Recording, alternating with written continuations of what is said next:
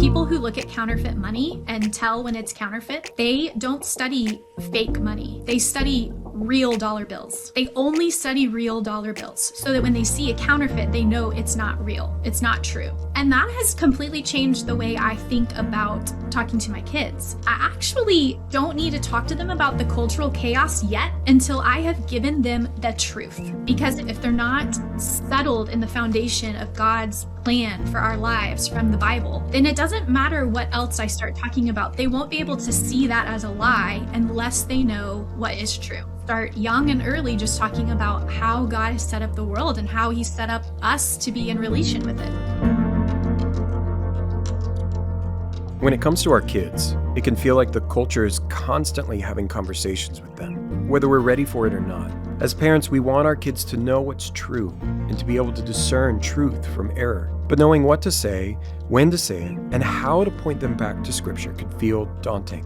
Today, we're joined by Christian Walker, author, teacher, and mom of 3, to talk about how we can navigate some of these challenging conversations with our kids with both wisdom and biblical clarity.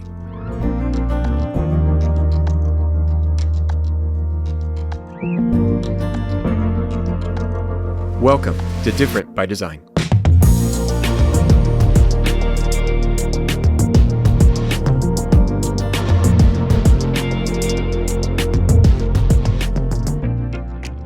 Thank you for joining us today on Different by Design. I'm your host, Matt Dixon, along with Trinity's founder and head of school, Liz Caddow, as well as Mrs. Christian Walker, who's the mother, author, and classical educator.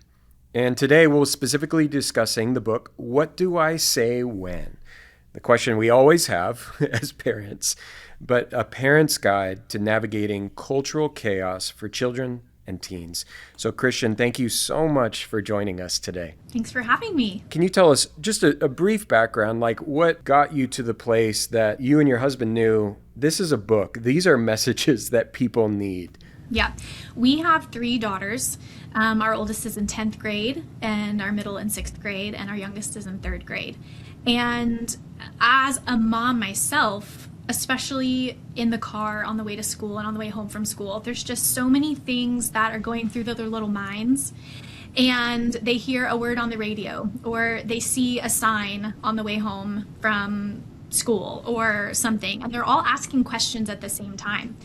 And one of my biggest concerns was I have a wide range of ages. What I say to my oldest to this question, I can't say the same thing to my youngest. I don't know how to differentiate what kind of information to give them. They're all in the car. They all heard that question. I have to answer all of them. I can't answer all of them the same way. At the same time, I had a lot of really good books like Mama Bear Apologetics and all these really good parenting books. I didn't have the time to read them. I didn't have the time to digest them and then to spit them out at age appropriate ways. And so Andrew is a speaker and writer, and he came home one time and said, everywhere I speak, there's just lines and lines of moms and dads and grandparents who are worried about their kids and their grandkids, and they have all these questions about how to talk to them. And I said, well, I have questions about how to talk to them. I don't know how to talk to my own kids, and I'm married to a genius theologian. I don't even know how to do that. And so he said, do you think we could do a project together? And I said, yes. And I knew exactly how I wanted it to be set up because I needed it for myself. And so I wanted it to be a quick reference. I wanted to know, here's the topic, and here's the age I have, and here's what I need to say to them.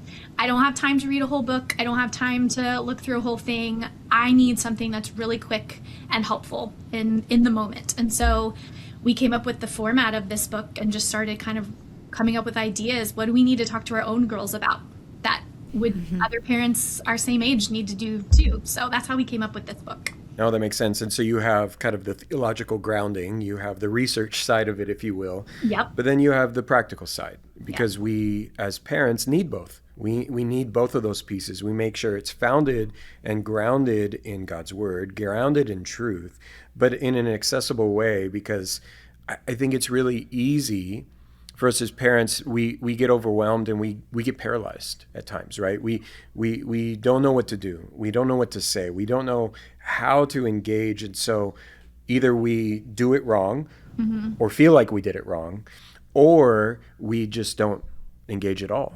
And we know that neither one of those are healthy or good or really what God is calling us to.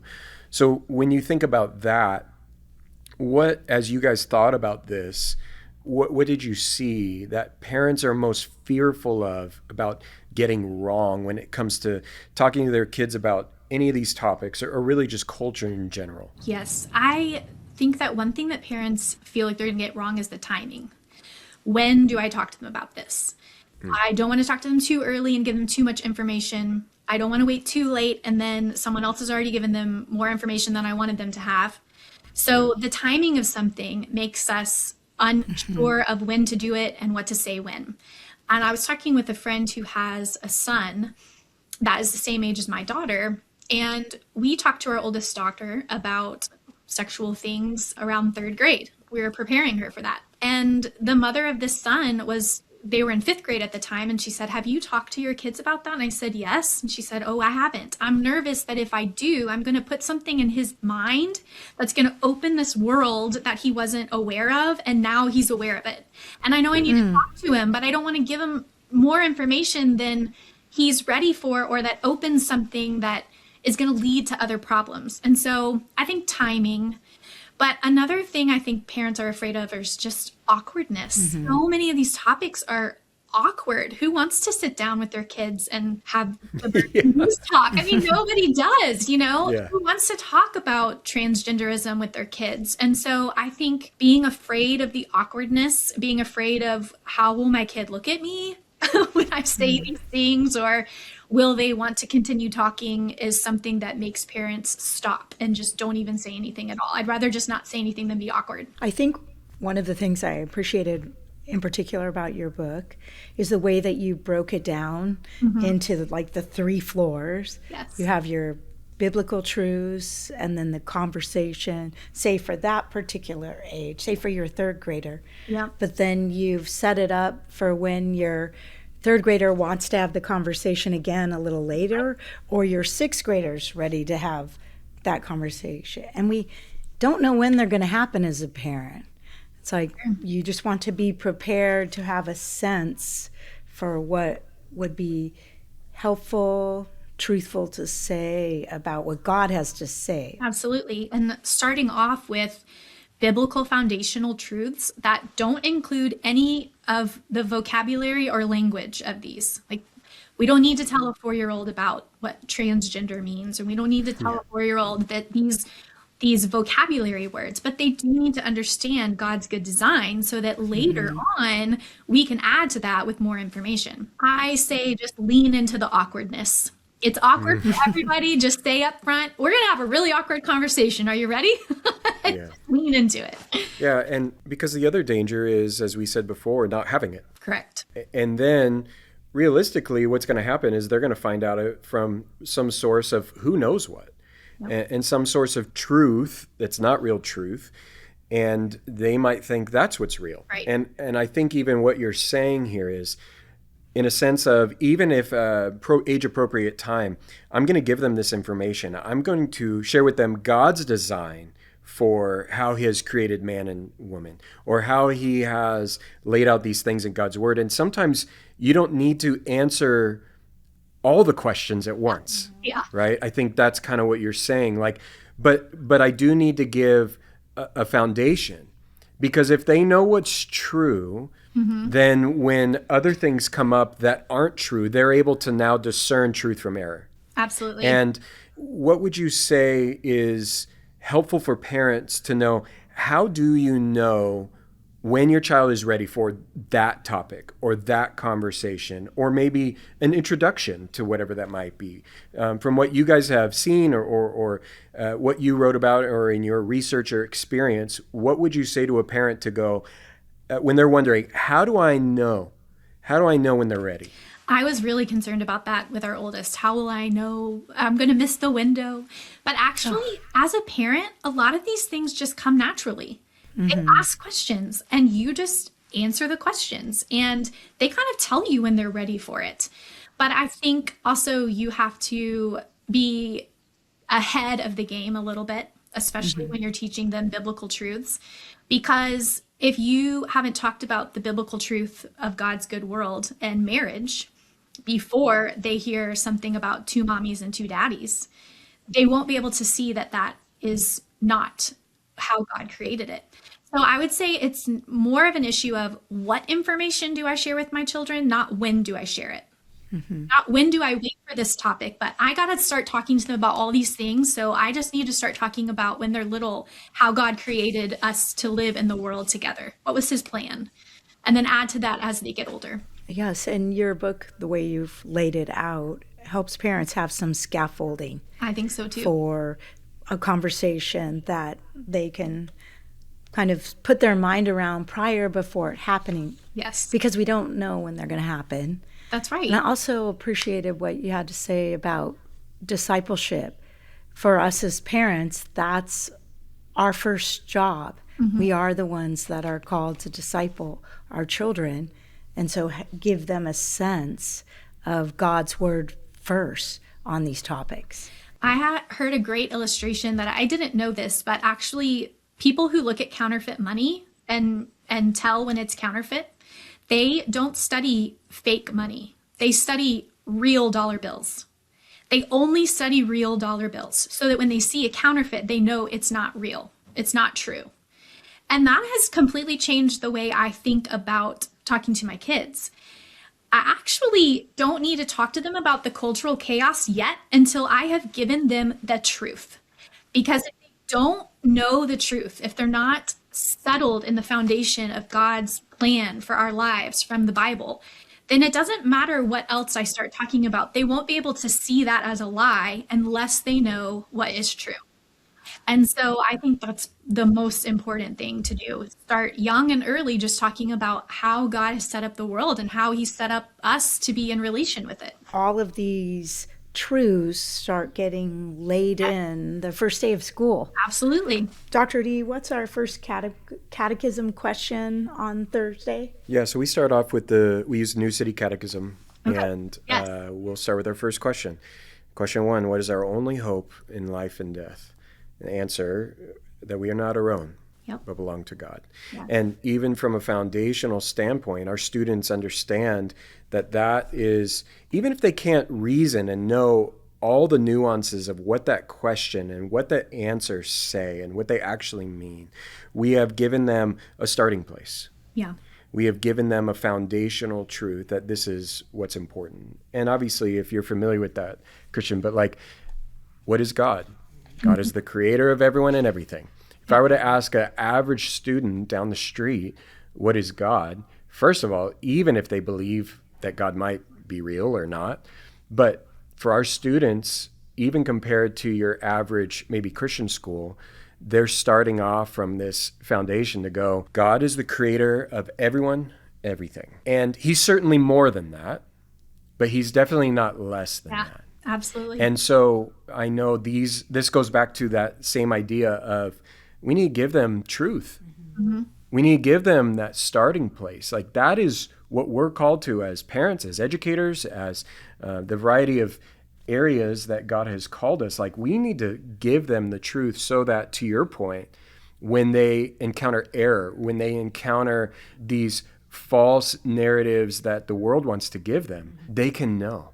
Yeah. And they can understand. Yeah. Yeah. I know we talk a lot about it takes the family, the church, and the school to all be on the same page so that when we're looking at the formation of our children, all those things are connected. Yeah. And the same types of principles, foundations, God's word are being laid in by all those so that our students our children can be prepared for the questions that are going to come their way or they're going to ask you. Yeah. Yes. Christian, I'm sure this has come up for you, especially when you're writing a book like this. And so maybe it's from your experience in writing, maybe it's just as a mom, maybe it's as an educator, but obviously when we approach truth, we want our students, as we understand how Christ came, full of grace and truth. We want them to know the truth, but we want them to be able to approach it in grace.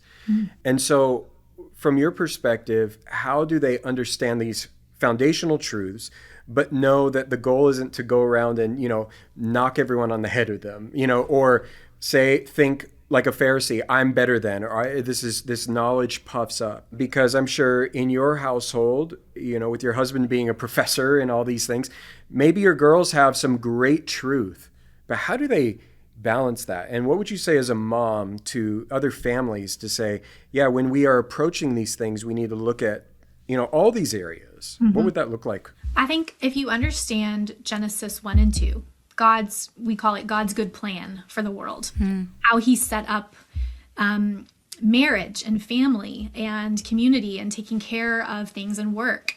Everything after Genesis 3 has been distorted by sin. So every single cultural chaotic issue that we're going to encounter is actually something that's just been distorted by sin. Yeah. And so it's not that these people are bad. They were made in the image of God, and they are still a slave to sin, and they're the distortion of sin that has come into the world. And so helping our girls to know that everything just needs Jesus to redeem it and put it back together to be the way that God actually created it. And so if we go to Starbucks and we see someone who is obviously a man but dressed as a woman, we don't need to be surprised that sin has distorted that. But we need to treat that man with honor because he's made in God's image and he's just confused. He's just stuck in sin. And so we have the answer to that. We know the saving grace of Jesus. And so thinking about people and cultural issues as just a sin problem that needs to be redeemed by the Lord. And we have the gospel. We have the stories with him. So I think if we can think about it from that way, it helps us to not see people or issues as scary or disgusting or terrible kind of a thing. Or also keep yourself in a judgment seat. That's right. Like where you're judging that issue or person as opposed to casting a prayer for them, being gracious to them. That's right. And then, if you're having conversation with your kids, just saying, well, this is what God has to say about this, but we still need to treat them with dignity. That's right. And so I think that's been really helpful for us as we parent our kids. No, I love that idea of, again, it kind of goes back to what you said at the beginning where it's saying, I need to give them truth. And in this truth, it's the Imago Dei. It's that all have been created in God's image. And so even when people are living outside of that, even when people are making choices, like you said, in how they're choosing to dress or what they think their identity is or whatever that might be, we can frame it more in the context. I think of it in the sense of saying to my own kids, how sad that this person doesn't know the love of Christ. They are lost, and they really, just like us, are sinners in need of a Savior. As you've said that, when we approach those things this way, it greatly changes our understanding, and it greatly changes our viewpoint to say, these cultural things aren't necessarily things to be conquered, because if any of those issues went away in and of themselves, like that would be a good thing. We would want that as Christ followers. But if souls weren't saved, we've missed it. Yeah. Right? If we've missed the heart, but just the facade, if we've addressed the facade and the action, while that might be a win, that's not our ultimate. Yeah. And that's not what we're aiming for. When it comes to these same ideas or these same truths that we're looking at, what would you maybe say that's one cultural issue that Christians parents maybe pay too much attention time to? Like they fixate on it or focus on it when really maybe that's the wrong issue, or maybe that's the wrong side of the issue, or whatever it might be. But when it comes to culture or anything, is there anything that comes to mind for you in that regard? Well, you had asked me if there was an issue that parents pay too much attention to or too little attention to. And honestly, Andrew and I talked about this and we were kind of stumped. I don't know, because I think that parents really are kind of waking up to how they need to be the primary discipler. things have changed so much since I was growing up and how my kids are growing up. I think parents are really taking the time to make their home a discipleship instead of just sending that out to the church. You know, you'll get it at youth group, you'll get it on Sunday mornings. They're really doing that. But I think that one issue that we talked about kind of is a double-sided coin is technology. I think that parents have paid enough attention to it that we see, oh, we need to have time limits. We need to have restrictions. We need to not do social media. This really is changing their brain. It's causing mental illness. It's causing loneliness. And so we are aware of that more than we ever have been before. And I think as parents, we're trying to get a handle on that. But on the flip side of things, I'm not sure that time limits are enough and pushing social media is enough. There's an internal part of technology that I don't think we are paying enough attention to. There are apps that we're giving our children an hour a day to play on that are completely open to predators sending messages and pictures through. There are different ways that people are still Googling things that they shouldn't be Googling. Just because they have an hour on Google isn't saving them from seeing things they shouldn't see or looking for knowledge they shouldn't have. And so I wonder if as parents, if we think, oh, we've put a time limit on it, they're safe. Oh, we have a Wi-Fi thing on, they're safe. But I have friends whose kids are not safe and the parents thought everything was fine. And it's not. And so we've really been trying to take our kids can only have devices within family environments in the house, but that's still not enough either. I've started actually taking their devices and looking through what have they been watching? What have they been Googling? What are they looking at? There needs to be an even deeper intent to making sure that our kids are okay with what they're doing. And in that same vein, talking to them about the enemy is using this technology to get to you. It's looking for you. So when you're done watching that very innocent YouTube short, there might be a commercial that's trying to get you to do something, and you need to be ready to stop it. And I need to be paying attention to that more than just saying, oh, a time limit. Oh, my 15-year-old doesn't have Instagram. She's fine. So I think technology is kind of both and. I know. I feel for parents in this current age and all that they have to be thinking about. And they're trying to do everything they can, especially if they're trying to do private school and they go to church and help with sports, have meals at home, and just all the things that they're thinking about. And this technology can come around and feel like a little bit like an invasion for them. They think they've even put in parameters for that, and they have to think about the next thing. It just is a lot for parents, and continuing to pray for them. And we're trying to keep thinking through ways for us as a school that how we can keep parents informed and keep them aware. But it's a lot. And it takes courage for parents to be able to say, we're done, or we're not doing that. Yes. And be alert and attentive to it all. Yes. Yeah. I've often said where I agree with you. It is one of like the main things. I do think it's one of the main issues because, well, our parents didn't have to deal with it. Right, in the same way that we have to deal with it. Yeah. And so when we're trying to approach it and we're trying to think through it, when we're trying to figure out this landscape, not only did those who came before us not have to think about this, but also for us, once we pseudo figure it out, it changes again. Yes, absolutely. And there's a new technology or a new app or a new way, and then of course our kids know about it, and so then they're asking, and they're like, I don't know. And the easy option many times is to be like, no, we're going to do zero. Like we're doing nothing. And while there could be some wisdom to that, when you look at it from, you kind of alluded to this, but for you, your home, and you have, what'd you say, 16, 12, and 8. Yeah. So you're running the gamut, right, when it comes to some of these things. Because at 16, now we're into the phone land and driving and all of that type of stuff. How have you guys as parents, as you've even thought about all these things, practically approached that and thought through that? Maybe what were some foundational principles, if you will, that you tried to think about when approaching these things? Because again, I think that's where the coming back to foundational principles are what helps us in approaching, even if technology changes or even if something new comes about. Sure.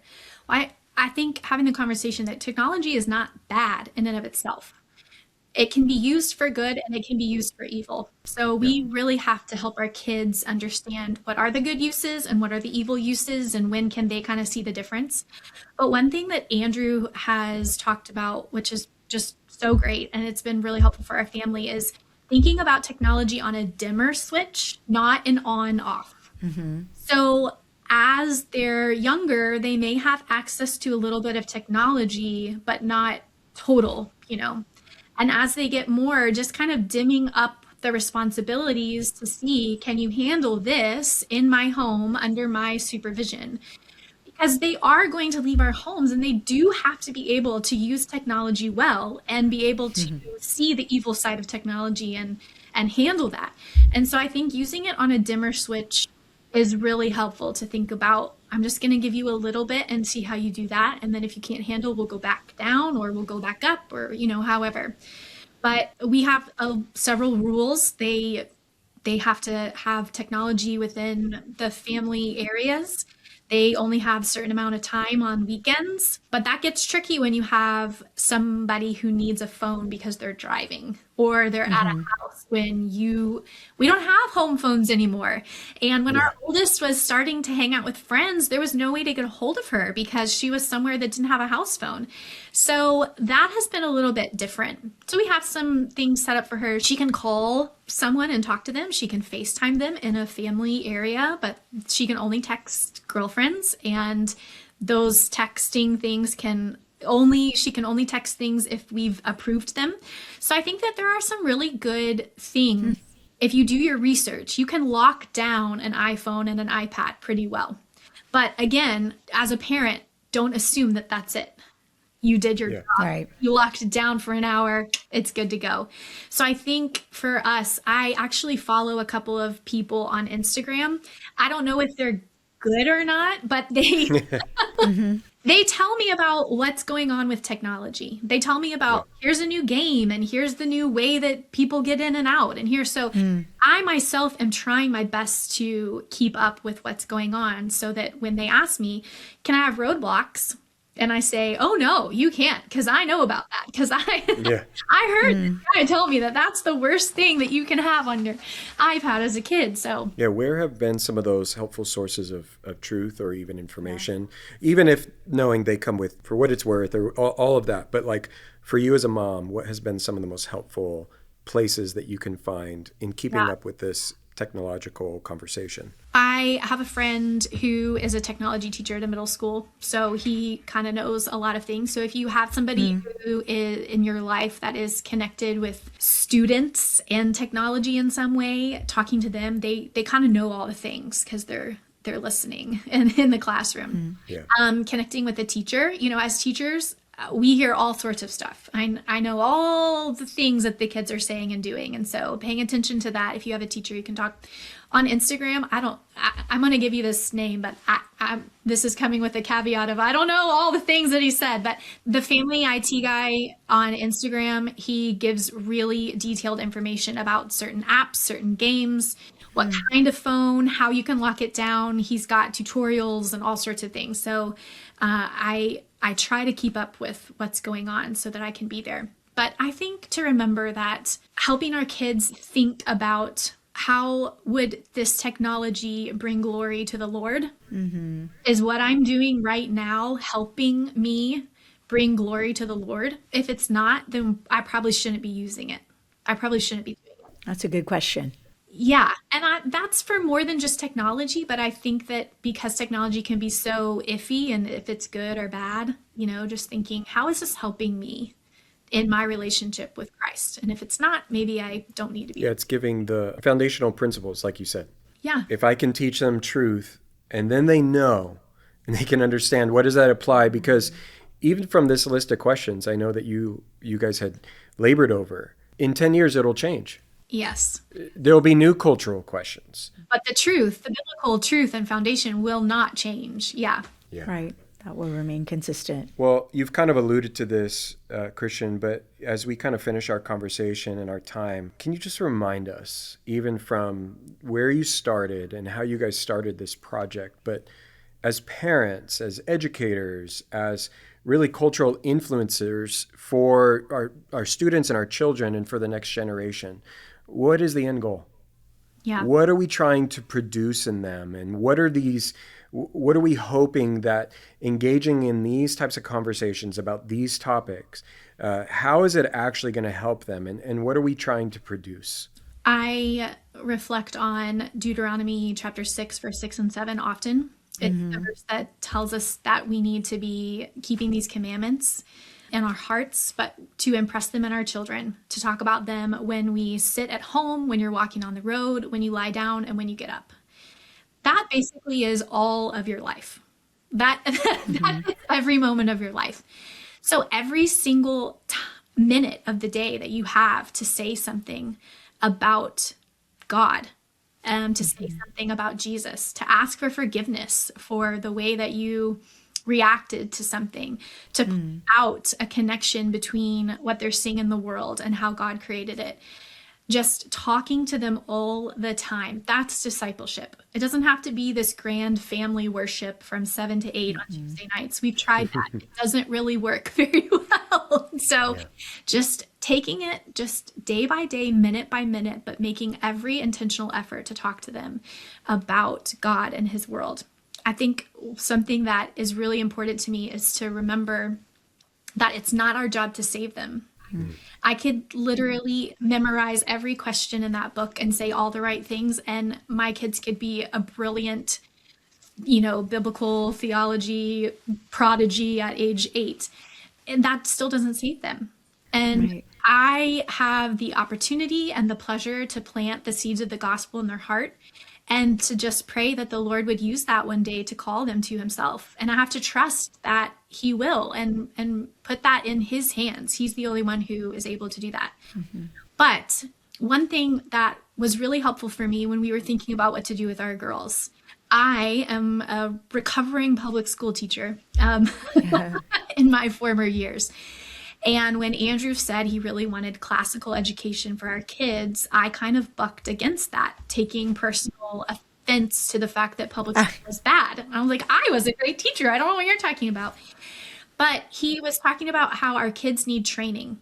And he said, we don't send soldiers to the battlefield without years of training. We don't send missionaries to the mission field without years of training. He said, I'm not trying to hide my kids from the world. I'm trying to train them in the truth so that when they're able to go out into the culture, they'll be able to stand against it.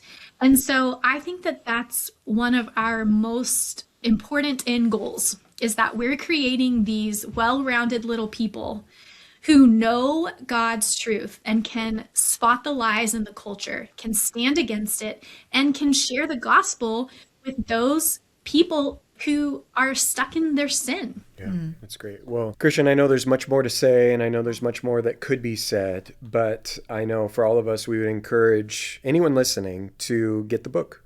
What do I say when? A Parent's Guide to Navigating Cultural Chaos for Children and Teens, to say, how do I approach this? What should I be thinking about? And ultimately, as you just said, what does God's word have to say about these things? And so our end goal is pointing them to him. And as an encouragement also is our hope, and we will encourage our parents to read this as well, is just it gives them some tools that they could have in their pocket for that car ride. Yes. And we have lots of car rides with our children that could be served well in just some of these conversations. And like you were saying, encourage parents, like, go ahead and start the awkward conversation.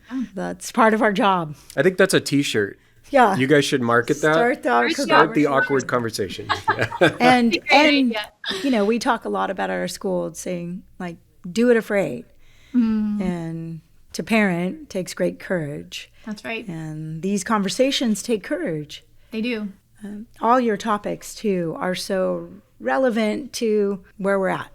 But if you'll start that awkward conversation, it will build so much trust between you and your child, and they will come to you instead of you trying to chase down the right time. They will come to you if they know that you're going to tell them the truth, even if it's weird, even if it's awkward, even if it's uncomfortable.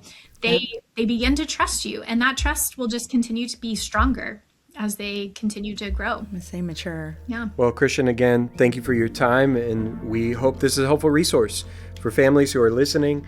What do I say when a parent's guide to navigating cultural chaos for children and teens? Thank you. Thank you. Thank you.